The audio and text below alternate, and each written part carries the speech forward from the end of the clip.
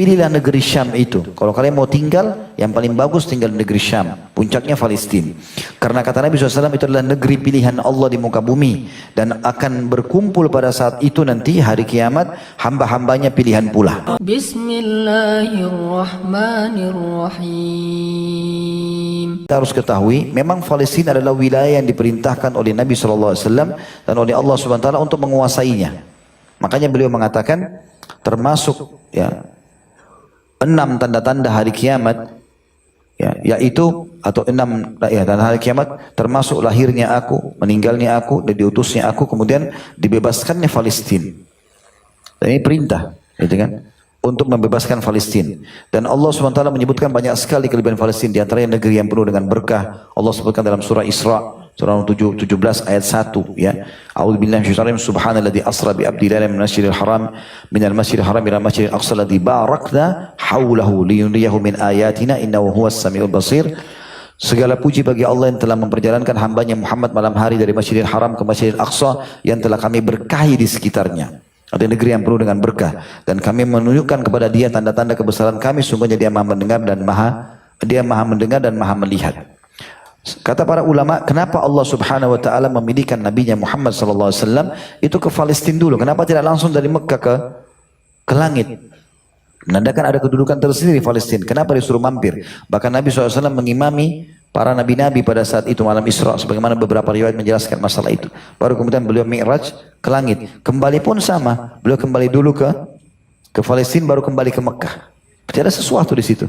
Bahkan Nabi SAW mengatakan, aku mengikat tali burak, ya, kuda yang membawa beliau terbang dari Mekah ke Palestina, lalu mi'raj ke langit, itu di tempat yang semua nabi-nabi mengikat di situ. Dan sampai sekarang masih ada tempat itu, ya.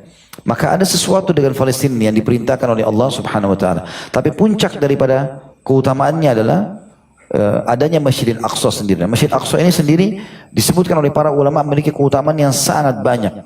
Sangat banyak.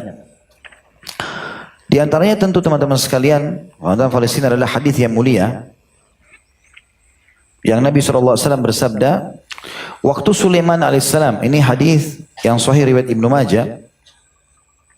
Kata Nabi SAW, lama faraga Sulaiman bin Daud min bina'i Baitul Maqdis, sa'ala Allah thalathan hukman yusadifu hukmah wa mulkan la yanbaghi li ahadin min ba'di wa alla ya'tiya hadzal masjid ahadun la yuridu illa salata fihi illa kharaja min dunubi ka yawma waladathu ummu.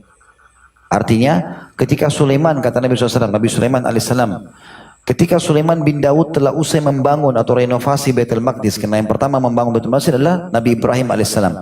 Jaraknya dengan Masjidil Haram 40 tahun.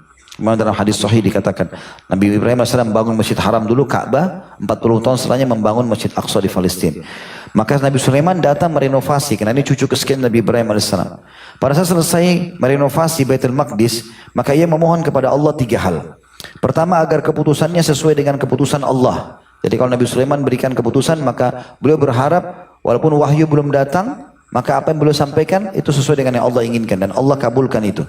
Kemudian diberikan kerajaan yang tidak patut diberikan kepada siapapun setelah beliau, dan agar siapa saja, itu yang kedua, dan Allah sudah berikan. Dan yang ketiga adalah agar siapa saja yang mendatangi masjid ini atau Baitul Maqdis tidak menginginkan kecuali sholat di dalamnya, maka keluar dari dosanya seperti baru dilahirkan oleh ibunya. Jadi artinya teman-teman sekalian, sholat di Masjid Aqsa, sholat saja walaupun sunnah, tahiyat masjid, qobliyah, sholat duha, apalagi sholat wajib sama. Sholat saja 2 rakaat, doanya Nabi Sulaiman dan Allah kabulkan agar begitu sholat seperti baru dilahirkan oleh ibunya. Kita tahu keutamaan ini didapatkan kalau orang haji. Makanya para sahabat semangat sekali untuk mengejar Palestina itu. Kemudian juga disebutkan di dalam hadis yang lain, saya pilihkan satu hadis lagi. Nah, karena ini cukup panjang bahasannya, maka saya cukup dengan itu tentunya. Ya, hadis Nabi SAW yang lain adalah, alaika bisyam fa innahu khiratullahi min ardi yajtabi ilaihi khiratuhu min ibadi fa in abaitum fa alaikum biyamanikum wasqu min gudurihum fa inna Allah azza wa jalla qad tawakkala li bisyam wa ahlihi. Pilihlah negeri Syam itu. Kalau kalian mau tinggal, yang paling bagus tinggal di negeri Syam. Puncaknya Palestina. Karena kata Nabi SAW itu adalah negeri pilihan Allah di muka bumi. Dan akan berkumpul pada saat itu nanti hari kiamat, hamba-hambanya pilihan pula. Ya. Karena Nabi Isa AS nanti ada di situ. Dan membunuh Dajjal. Bila kalian enggan, maksudnya tidak mau pilih Syam, maka pilihlah Yaman. Dan bertahanlah tinggal di dua wilayah ini. Sesungguhnya aku telah diberikan kemenangan negeri Syam dan penduduknya. Tentu ada banyak hadis-hadis berhubungan dengan masalah itu ya. Di antaranya kalau tidak salah ada hadis Maimunah radhiyallahu anha tentang masalah ya Rasulullah, beliau mengatakan ya Rasulullah sampaikanlah kepada kami tentang keutamaan Baitul Maqdis. Maka kata Nabi SAW, pergilah ke sana karena dia sebaik-baik tempat untuk ibadah, gitu kan? Dan sebaik-baik tempat untuk ibadah. Dan siapa yang bisa, kata Maimunah ya Rasulullah, kalau orang tidak mampu ke sana bagaimana? Kata Nabi SAW, menyumbang, memberikan penerangan untuk Palestina, untuk Masjid Aqsa. Dan siapa yang memberikan penerangan, waktu itu menyumbang minyak zaman dulu orangnya.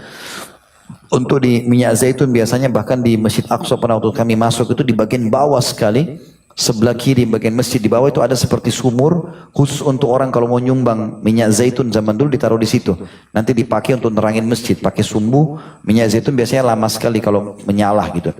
Maka kata Nabi SAW, siapa yang menerangi Baitul Maqdis, kalau sekarang bahasa kita direnovasi, ikut menyumbang untuk renovasi, maka dia seperti sudah sholat di dalamnya.